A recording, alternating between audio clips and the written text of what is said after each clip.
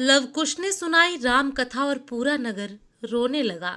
वाल्मीकि रामायण में प्रभु श्री राम के पुत्र लव और कुश की गाथा का बहुत ही मार्मिक वर्णन किया गया है। सीता जब गर्भवती थी तभी श्री राम के कहने पर लक्ष्मण उन्हें वाल्मीकि आश्रम छोड़ाए थे। लव और कुश का जन्म वहीं हुआ और वहीं उनका लालन पालन हुआ। शिक्षा और दीक्षा का कार्य भी हुआ। लव और कुश की पढ़ाई लिखाई से लेकर विभिन्न कलाओं में निपुण होने के पीछे महर्षि वाल्मीकि का ही हाथ था। उन्होंने ही दोनों राजकुमारों को हर तरह की शिक्षा और विद्या में पारंगत किया। महर्षि वाल्मीकि ने रामायण लिखी और लव एवं कुश ने जब होश संभाला तब उन्होंने दोनों भाइयों को रामायण कंठस्थ करा दी। रामायण कंठस्थ करते वक्त दोनों को यह नहीं ज्ञात था कि वे उनके माता पिता की गाथा है। वे अपनी माता को वन देवी समझते थे।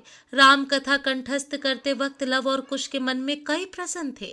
पहला यह कि राम ने आखिर प्रजा के कहने पर माता सीता को क्यों छोड़ा। एक बार श्री राम ने अश्वमेध यज्ञ किया और यज्ञ का श्वेत अश्व छोड़ दिया। यह घोड़ा भटकते हुए जंगल में वाल्मीकि आश्रम के नजदीक पहुंच गया। वहां लव और कुश ने इसे पकड़ लिया। घोड़ा पकड़ने का अर्थ है अयोध्या के राजा को चुनौती देना। तब दोनों ने भरत, लक्ष्मण, शत्रुघ्न, सुग्रीव आदि सभी से युद्ध किया और सभी को पराजित कर दिया। साथ ही उन्होंने हनुमान जी को बंधक बना लिया।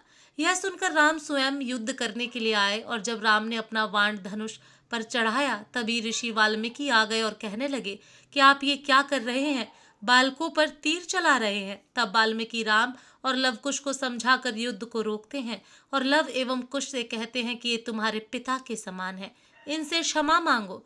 दूसरी ओर वे बंधक बने हनुमान जी से कहते हैं कि आप ये अश्वमेध का घोड़ा ले जाइए। उधर ये बात वन देवी सीता को पता चली है। तभी लव और कुश आ जाते हैं और वे कहते हैं कि हाँ माता, आपने सही सुना, हमने शत्रुघ्न, भरत, लक्ष्मण सहित उनकी सेना को परास्त कर दिया। यह सुनकर माता सीता अवाक रह जाती हैं और दुखी भी होती हैं। फिर लव और कुश कहते हैं कि हमने तो हनुमान जी को भी बंधक बना लिया था। यह सुनकर माता सीता कहती हैं कि तुमने क्या किया, वो तो मेरे पुत्र के समान है, तुमसे पहले तो वह मेरे पुत्र हैं। यह कहते हुए माता सीता रोने लगती हैं। यह देखकर लव और कुश भी अचरज से माता को देखते हैं।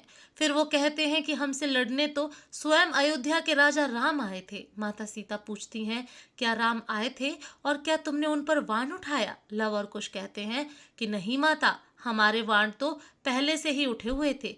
यह सुनकर माता सीता दुखी होकर रोने लगती हैं कि हे पुत्र, आज तुमने घोर पाप कर दिया, इसका तो प्रायश्चित भी नहीं हो सकता।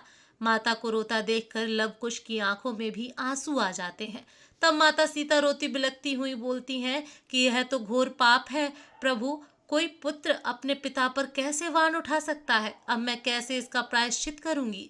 यह सुनकर लव और कुश को आघात लगता है। उनकी आंखों से झरझर आंसुओं की नदियां बहने लगती हैं और वो माता सीता से पूछते हैं, तो क्या अयोध्या के राजा हमारे पिता हैं।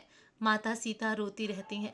लव कुश फिर पूछते हैं, तो क्या आप वो अभागी सीता हैं जिसे श्री राम ने छोड़ दिया था। माता सीता रोते हुए कहती हैं कि जिसका पति भगवान हो वो कैसे अभागी हो सकती है।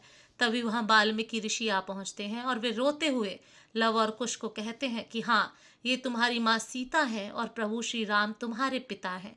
लव और कुश फिर रोते हुए पूछते हैं, तो गुरुजी आपने अब तक यह बात हमसे क्यों छिपा कर रखी। वाल्मीकि कहते हैं कि हर बात को बताने का उचित समय होता है।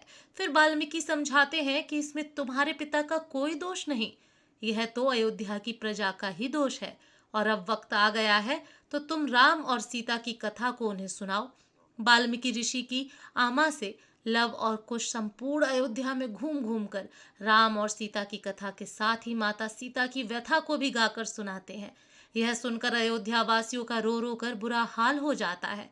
जब यह बात श्री राम को पता चलती है कि कोई ऋषि कुमार संपूर्ण नगर में राम कथा सुना रहे हैं तो श्री राम उन दोनों को अपने पास बुलाते हैं और उन्हें देखकर कहते हैं कि अरे तुम तो वही हो जिन्होंने हमारे यज्ञ का घोड़ा पकड़ लिया था। लव और कुश उनके चरणों में झुककर उनसे कहते हैं कि आप हमारे पिता समान है राजा, आप हमें आज्ञा दीजिए कि क्या करना है। तब श्री राम उनसे कहते हैं कि हमने सुना है कि तुम राम कथा सुना रहे हो।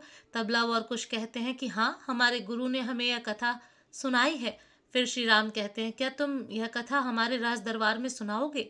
लव और कुश कहते हैं, हे राजन, आप आज्ञा देंगे तो अवश्य सुनाएंगे। फिर लव और कुश प्रतिदिन दरबार में श्री राम कथा सुनाते हैं और कथा के अंत में वे सीता माता के वाल्मीकि आश्रम में गुजारे कठिन समय का वर्णन करते हैं। सीता माता की कथा सुनकर सभा में उपस्थित लक्ष्मण, शत्रुघ्न, भरत, जनक, कौशल्या, सुमित्रा के कई ऋषि विशिष्ट और प्रजाजनों की आंखों से आंसुओं की नदियां बहने लगती हैं।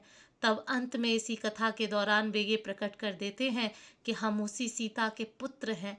यह सुनकर संपूर्ण राम दरबार स्तब्ध और अवाक रह जाता है। जय श्री राम।